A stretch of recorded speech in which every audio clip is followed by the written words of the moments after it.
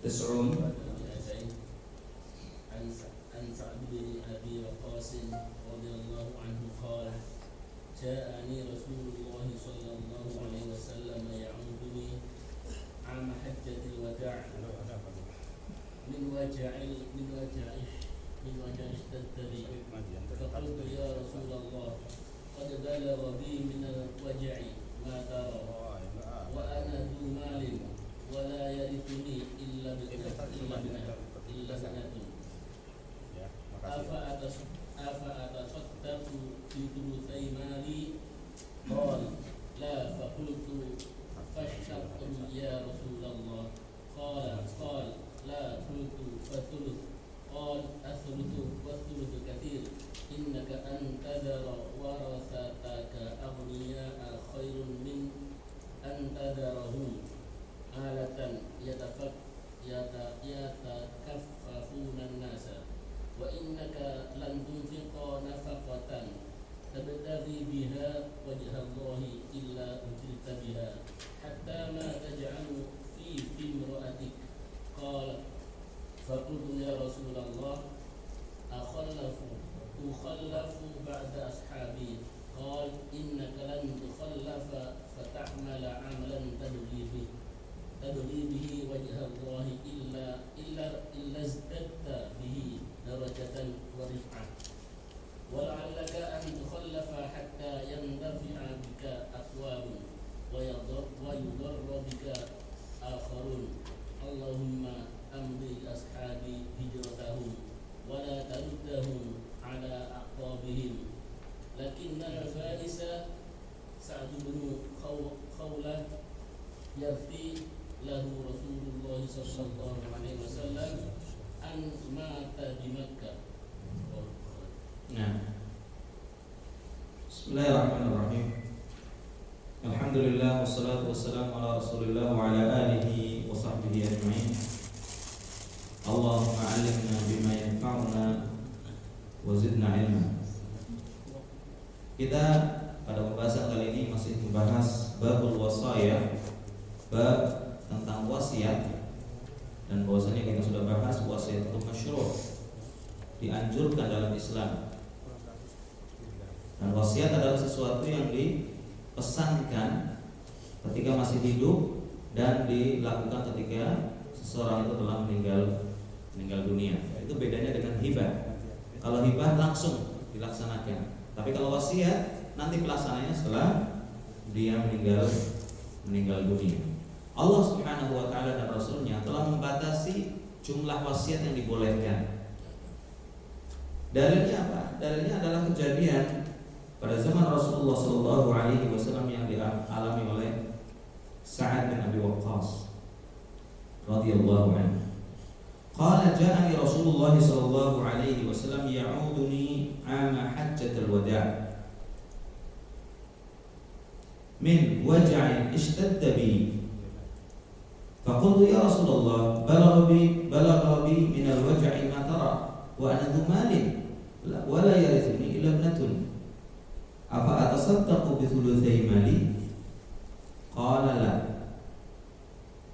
Dari Sa'ad bin Abi Waqqas radhiyallahu anhu bahwasanya Rasulullah sallallahu alaihi wasallam suatu hari menjengukku ketika aku sedang sakit keras. Kemudian aku bertanya, ya Rasulullah, aku telah merasakan sakit yang sangat keras ini seperti yang Anda lihat. Dan aku adalah orang yang punya harta. Aku orang kaya, Sa'ad bin Waqqas sangat kaya. Dan aku tidak punya ahli waris kecuali seorang anak perempuan. Beliau hanya punya satu anak, yaitu anak perempuan. Dan anak perempuan maksimal bisa mengambil warisan berapa? Satu orang nus. Satu orang perempuan maksimal setengah dari hartanya. Kalau seorang punya 1 triliun, berarti setengah triliun itu jadi warisan, setengahnya lagi perginya kemana? Ke Baitul Mal atau ke aqarib, kerabat. Nah, beliau pingin, karena orang ketika sudah di akhir hayatnya pingin memiliki amalan yang banyak. Dengan cara apa? Di antaranya dengan bersedekah. Sedekah itu dilaksanakan ketika nanti meninggal. Makanya itu disebut dengan wasiat.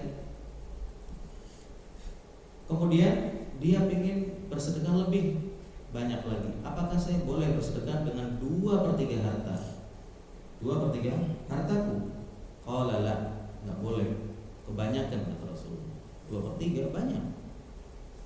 Kalau orang punya 3 miliar, 2/3 berarti 2 miliar disedekahkan, yang 1 miliar untuk warisan. Kata Rasulullah enggak boleh. Qultu fasyarru ya Rasulullah, kalau enggak separuh deh. Separuh saya infakkan, separuh untuk ahli waris. Qala la, separuh pun tidak boleh. Qala qultu as-sulus, kalau begitu sepertiganya. Qala as-sulus was-sulusu katsir. Ya, sepertiga saja. Dan sepertiga itu udah banyak. Kalau mau infak, ini infak yang mana ketika dia itu sudah dalam kondisi sakaratul maut atau sudah merasakan sakit yang sangat parah, dikhawatirkan tidak bisa bertahan lagi. Kenapa? Karena orang kalau sudah maradul maut, orang yang sudah hampir menghadapi sakaratul maut, itu dia udah nggak punya harapan lagi untuk hidup. Oleh karena itu dia akan berusaha semaksimal mungkin untuk berinfak sebanyak-banyaknya untuk bekal dia ke akhirat. Namun demikian Rasulullah hanya membatasi maksimal sepertiga, dan sepertiga itu udah banyak. Kecuali kalau dia mau infak ketika masih hidup, nggak apa-apa. Abu Bakar Siddiq radhiyallahu anhu masih sehat, menginfakkan semua hartanya, nggak dilarang. Kenapa? Karena beliau masih sehat, bisa cari lagi. Sedangkan orang yang sudah sakit dan sakitnya parah, kemungkinan akan meninggal dunia menurut prediksi dia atau dokter, sudah tidak bisa bekerja lagi secara umum. Makanya nggak boleh banyak-banyak, nanti anak istrinya dikasih apa? Gitu. Kemudian beliau menyebutkan, ya Rasulullah, saya ini orang kaya, anak saya hanya perempuan satu, dia hanya mewarisi separuh harta. Saya ingin infakkan yang banyak.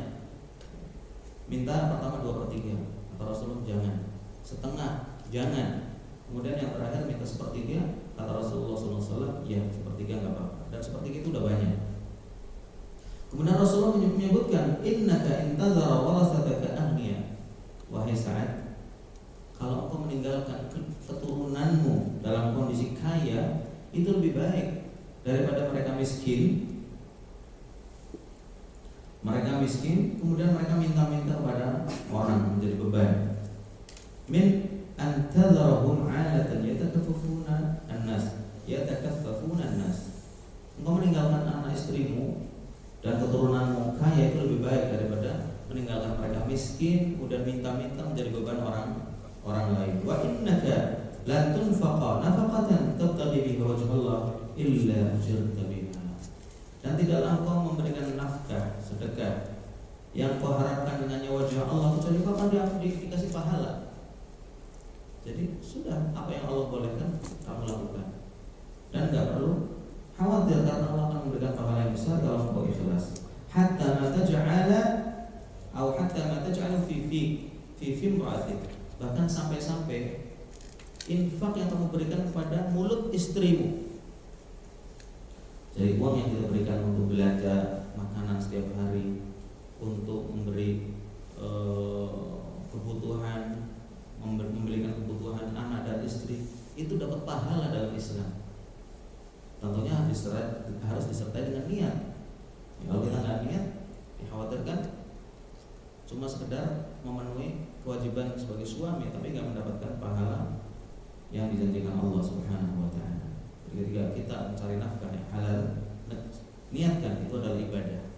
Niatkan saya mencari nafkah untuk memuliakan istri, memuliakan anak-anak, memberikan mereka kecukupan, dan itu adalah kewajiban yang Allah berikan, yang Allah bebankan kepada kita semua. Sampai uang yang kita berikan sama istri kita, uang belanja untuk beli makan pada anak istri kita, itu dapat pahala. Qala qultu ya Rasulullah, ukhallafu ba'da ashabi, apakah aku ketinggalan setelah sahabat-sahabatku dengan perjuangan mereka, dengan jihad mereka, dapat pahala yang banyak? Qala innaka lan tukhallaf. Kata Rasulullah, engkau tidak akan ketinggalan, tenang aja. Ya. Jadi Sa'ad bin Abi Waqqas merasa beliau sudah sakit parah dan kemungkinan tidak bertahan, akan meninggal dunia. Kemudian kalau meninggal dunia ya kalah amalannya dengan para sahabat yang masih sehat-sehat. Mereka bisa jihad, mereka bisa infak, mereka bisa berbuat banyak. Namun Rasulullah SAW menyebutkan innaka lan tukhallaf, engkau tidak akan ketinggalan dengan mereka. Fata'malu amalan tabtaghi bihi wajhullah, yang kau akan beramal dengan amalan yang kau harapkan dengannya wajah Allah, illa zdadta bihi darajatan wa rif'ah, niscaya Allah akan tambahkan untukmu derajat yang tinggi dan kedudukan yang mulia. Wala'allaka tukhallafa hatta yantafi bika aqwamun wa yadurru bika akharun, dan kau tidak akan ketinggalan, artinya tidak akan meninggal duluan, sehingga sebagian orang akan memberikan manfaat darimu dan kau bisa membahayakan mereka. Artinya orang Islam mendapatkan manfaat dari Sa'ad bin Abi Waqqas, dari harta yang diinfakkan oleh beliau, dan kelompok lain orang-orang kafir akan diperangi oleh Sa'ad bin Abi Waqqas. Ini adalah pemberitahuan Nabi SAW yang merupakan wahyu dari Allah Subhanahu wa taala. Jadi Sa'ad bin Abi Waqqas merasa dirinya sudah dekat ajalnya. Dan beliau mengatakan, ya Rasulullah, mungkin saya akan meninggal duluan, kalah dengan para sahabat yang lain. Rasulullah tidak tahu yang gaib, cuma diberitahu oleh malaikat Jibril bahwasanya Sa'ad tidak akan meninggal dengan penyakit ini. Dia akan terus sehat setelah itu.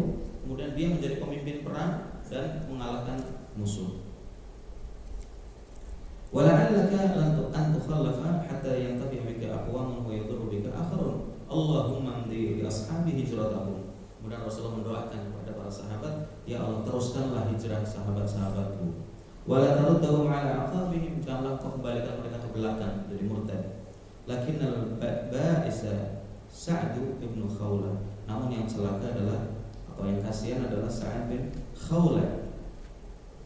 Kenapa? Karena Sa'ad bin Khawlah itu meninggal di Mekah, belum sempat hijrah. Rasul sedih. Rawahul Bukhari wa Muslim fi sahihaihima. Ya, hadis ini sahih diriwayatkan Imam Bukhari dan Muslim dalam kitab sahihnya. Kemudian Rasulullah SAW menyebutkan dalam hadis ini tentang apa manfaat dibolehkannya wasiat itu hanya sepertiga, tidak boleh lebih dari itu. Ya. Yang pertama menyebutkan, Rasulullah SAW menyebutkan bahwasanya jika engkau meninggalkan keturunanmu kaya raya, lebih baik daripada engkau meninggalkan mereka dalam kondisi miskin. Kemudian yang kedua, imma an yabqa wa yajid malahu fa yunfiq fi turuqi syar'iyyah wa yaktasib al-ajr 'inda Allah wa yujra 'ala dhalik hatta fi awjabi an-nafaqah alaih. Bahwasanya orang yang menginfakkan sesuatu di jalan Allah, apapun jalan Allah itu, bisa pengajian, bisa menyantuni anak yatim, bisa membangun masjid, bisa membangun sumur, bisa membangun jalan, apa saja yang ditujukan adalah karena Allah atau jalan Allah, dia akan mendapatkan pahala. Bahkan sampai-sampai sesuatu yang diberikan kepada keluarga kita, anak istri kita akan dapat pahala. Nah, kemudian saat khawatir jangan-jangan saya meninggal di Mekah, ketinggalan dengan para sahabatku yang akan pada hijrah, Rasulullah SAW memberitahukan bahwasanya kau tidak akan ketinggalan, kau akan bersama mereka dan bisa hijrah ke Madinah. Cuman yang kasihan adalah Sa'ad bin Khawlah yang beliau meninggal di Mekah dan tidak mendapatkan pahala hijrah. Ya, seperti yang didoakan oleh Rasulullah bahwasanya Sa'ad bin Abi Waqqas akhirnya sembuh setelah itu. Kemudian beliau menjadi puncak pimpinan pasukan yang memerangi Persia. Persia saat itu adalah adik kuasa seperti Amerika dan dulu Uni Soviet. Persia dan Romawi pada zaman Rasulullah itu seperti Amerika dan Uni Soviet pada zaman kita atau sebelum beberapa tahun yang lalu, sebelum Uni Soviet hancur. Negara adik kuasa. Romawi kekuatan Kristen, Persia itu Iran, Irak dan seputarnya itu adalah kekuatan Zoroaster, para penyembah api, Majusi, para penyembah berhala. Ya. Sa'ad bin Abi Waqqas menjadi pimpinan pasukan yang menghancurkan dan mengalahkan Persia. Fanafaqa Islam wal muslimin, dan orang Islam serta kaum muslimin mendapatkan manfaat dari Sa'ad bin Abi Waqqas, di mana mereka menang terhadap musuh-musuh dan bisa mendapatkan ghanimah dari musuh-musuh mereka. Kemudian Rasulullah SAW mendoakan secara umum terhadap hijrahnya para sahabat supaya mereka hijrahnya sempurna, tidak ada yang balik ke Mekah dan murtad.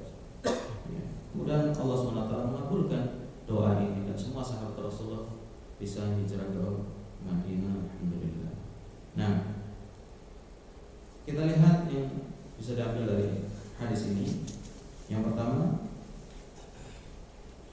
Allah wahyu istihbab i'adatil marid wa ta'akkadu liman lahu haqqun min quribin wasadiqin wa nahwihi.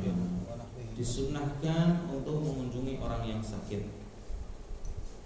Mengunjungi orang sakit itu seperti orang yang menengok atau singgah di kebun surga. Apalagi orang yang sakit itu adalah orang yang mempunyai hak kita kepada kita, seperti orang tua, seperti saudara, seperti kerabat. Itu adalah orang-orang yang berhak untuk kita, sangat berhak untuk kita jenguk ketika mereka itu sakit. Kemudian yang kedua, jawazu ikhbar al-marid fi maradihi wa bayan shiddatahu idza lam yaqsad at-tashakki was-saf wa yanbaghi zakrahu lil fa'idati katabibin yu'inu ala tashkhis maridahu aw mas'af Nah, seseorang yang lagi sakit itu boleh menceritakan penyakitnya. Seperti Sa'ad bin Abi Waqqas cerita, ya Rasulullah, saya itu sakit sekali, dan kau bisa lihat aku ini sakitnya seperti apa. Boleh, asalkan tujuannya bukan mengeluh. Tujuannya untuk menyebutkan bahwa saya kondisinya begini, terutama pada dokter yang akan mengobatinya atau orang yang menolongnya. Saya ini bagian sini yang sakit, saya merasakan begini, boleh, gak apa-apa. Karena Sa'ad bin Abi Waqqas menceritakan penyakitnya kepada Rasulullah Sallallahu Alaihi Wasallam, asalkan tujuannya bukan mau mengeluh atau tidak ridho dengan takdir Allah. Nah, yang ketiga, istisyaratul ulama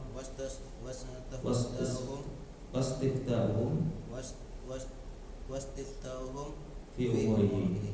Ya, kita dianjurkan untuk minta pendapat para ulama, para kiai, para masyayikh, para ustadz, para dai dalam masalah-masalah agama. Saat Abu Waqqas bertanya kepada Rasulullah, ya Rasulullah, boleh nggak saya infak atau wasiat 2/3? Kata Rasulullah, jangan, setengah ya Rasulullah, jangan juga. Akhirnya 1/3 baru boleh. Nah, boleh, dan kita dianjurkan kalau nggak tahu tanya, jangan langsung melakukan hal yang kita nggak ketahui. Yang keempat, ibahatu jam'il mal idza kana min turuq syar'iyyah. Seseorang boleh mengumpulkan harta asalkan dia mengumpulkannya dengan jalan yang benar.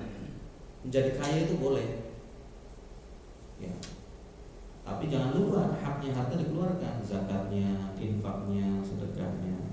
Nah, yang kelima, istihbabul wasiyah. Istihbabul wasiyati wa an takuna As-sulus min al-mal wa aqal. Fa aqal. walau mimman wa sahibul Malul katsir. Ya, disunahkan kita melakukan wasiat. Wasiat ini merupakan sunnah yang sudah banyak ditinggalkan. Kalau bisa kita wasiat, nanti kalau saya meninggal, sekian hartaku saya infakkan ke anak yatim piatu, sekian hartaku akan saya infakkan ke masjid, sekian hartaku akan saya infakkan untuk majelis ilmu, majelis taklim dan seterusnya. Itu sunnah. Namun tidak boleh lebih dari 1/3. Kalau wasiat tidak boleh lebih dari 1/3. Sekalipun dia orang yang hartanya banyak. Nah, berikutnya al-afdal afdalu ayyakuna bi'aqil min al-furud dzalika al-haqqu al-waris. Nah, ya, yang afdal adalah kurang dari 1/3, karena 2/3 itu miliknya ahli waris, nggak boleh lebih dari itu. Yang ketujuh, anak infaq al-mal lil waratha ma hajatihim ilayhi ahsan tasaddaq bihi 'ala al-bu'ada liqaunil waris awla bi birrihi min ghairihi. Jadi orang ketika infak lihat siapa yang paling dekat, saudaranya, kakaknya, adiknya, bibinya, itu yang paling berhak mendapatkan sedekah kita. Jangan mencari orang jauh yang nggak kenal, sementara keluarga kita kelaparan. Ini nggak benar. Islam mengutamakan mereka-mereka yang punya hak terhadap kita. Saudara kan, dia merasa seperti memiliki harta kita dan dia berharap kalau kita kaya dapat bantuan dari kita. Kenapa nyari orang lain sementara saudara kita miskin? Ini keliru dan itu menyebabkan kedengkian di antara para anggota keluarga. Ya kalau mau sedekah, sedekahlah kepada yang membutuhkan dari keluarga kita dulu. Kecuali kalau mereka semua mampu, kalau mampu ya kita cari orang lain. Tapi kalau mereka sendiri butuh, anaknya sekolah belum dibayar, istrinya sakit belum dibawa ke rumah sakit, sudah kita dahulukan dulu mereka. Dan pahalanya lebih besar kepada orang yang punya hubungan kerabat dengan kita daripada yang sama sekali tidak ada hubungan. Tentunya dengan niat yang tulus dan ikhlas karena Allah. Nah, yang kedelapan, an-nafaqah 'ala al-aulad wa az-zawja ibadatun jalilah ma'a niyatil hasanah. Yang kedelapan dan terakhir, yang kedelapan, puasanya memberikan nafkah pada anak dan istri merupakan ibadah yang mulia. Tentunya disertai dengan niat. Nah, yang ke-9, Abu Sufyan, annama hajara min balad liwajhillah wa li ala'i kalimati yarji'u ilaihi al-iqamah fa in qama bi ghairi qasdihi fala haraja alayh. Orang yang sudah hijrah dari negerinya, seperti para sahabat hijrah dari Mekah ke Madinah, maka mereka tidak boleh balik ke Mekah. Jadi orang kalau udah hijrah ya sudah, kecuali kalau untuk berkunjung, untuk ketemu saudara, nggak apa-apa. Tapi untuk tinggal kembali di negeri asalnya tidak boleh. Kecuali kalau negeri itu sudah berubah menjadi negeri Islam. Nah, yang 10, fil hadis mu'jizatun Nabi. Nah, fil hadis mu'jizatun Nabi sallallahu alaihi wasallam haitsu isara ila anna Sa'dan sayabra min al-ma'rudi wa yanfa'u bihi an-nas wa yadurru akharun. Nah, dalam hadis ini ada mukjizat Rasulullah SAW. Yang mana? Yaitu berita Rasulullah bahwa Sa'ad bin Abi Waqqas akan sembuh. Rasulullah bukan peramal, Rasulullah bukan mengetahui barang yang gaib, namun diberitahu oleh Allah akan apa yang terjadi di kemudian hari. Di antaranya adalah kesembuhan Sa'ad bin Abi Waqqas. Kadang orang sudah divonis umurnya tinggal beberapa hari karena penyakit ganas atau penyakit kronis. Ternyata umurnya masih panjang, bertahun-tahun masih hidup. Kenapa ya? Karena Allah memang menentukan ajalnya. Nah, apa manfaat atau apa kebenaran sabda Rasulullah SAW dalam hadis ini? Yang pertama, Sa'ad bin Abi Waqqas ternyata sembuh, tidak jadi sakit. Kemudian yang kedua, Sa'ad bin Abi Waqqas akan memimpin pasukan yang menghancurkan Persia, yang memerangi Persia, dan mengambil manfaat darinya kaum muslimin dengan harta rampasan perang, dengan sedekah yang dia berikan. Fakana kama qala haitsu fatha bilad al-Faris wa azza bihi al-muslimun. Dan Sa'ad bin Abi Waqqas ini bisa menaklukkan negeri Persia dan orang Islam menjadi mulia dan menjadi memiliki kedudukan yang sangat dihormati oleh bangsa-bangsa yang ada pada zaman itu. Yang terakhir, Allah as-sahaba hijratahum min Makkah ila Madinah bisababi azmihim as-sadiq. Nah, wa da'wat Nabi al-Mubarak. Ya, para sahabat alhamdulillah disempurnakan hijrah mereka dari Mekah ke Madinah, enggak ada yang balik. Semuanya hijrah sempurna. Berdasarkan apa? Pertama, berdasarkan niat mereka yang jujur, yang benar-benar mau hijrah. Yang kedua, dakwah Rasulullah yang diberkahi dan dikabulkan oleh Allah Subhanahu wa ta'ala. Ya, itu ringkasan dari kesimpulan hadis yang kita bahas pada hari ini. Mudah-mudahan Allah Subhanahu wa ta'ala memberikan kepada kita keistiqomahan dalam Islam, diberikan keteguhan dalam memegang sunnah dan manhaj Rasulullah sallallahu alaihi wasallam. Subhanallah wa bihamdik asyhadu an la ilaha illa anta astaghfiruka wa atubu ilaik. Wassallallahu ala nabiyyina Muhammad wa ala alihi wa sahbihi ajma'in. Wassalamu alaikum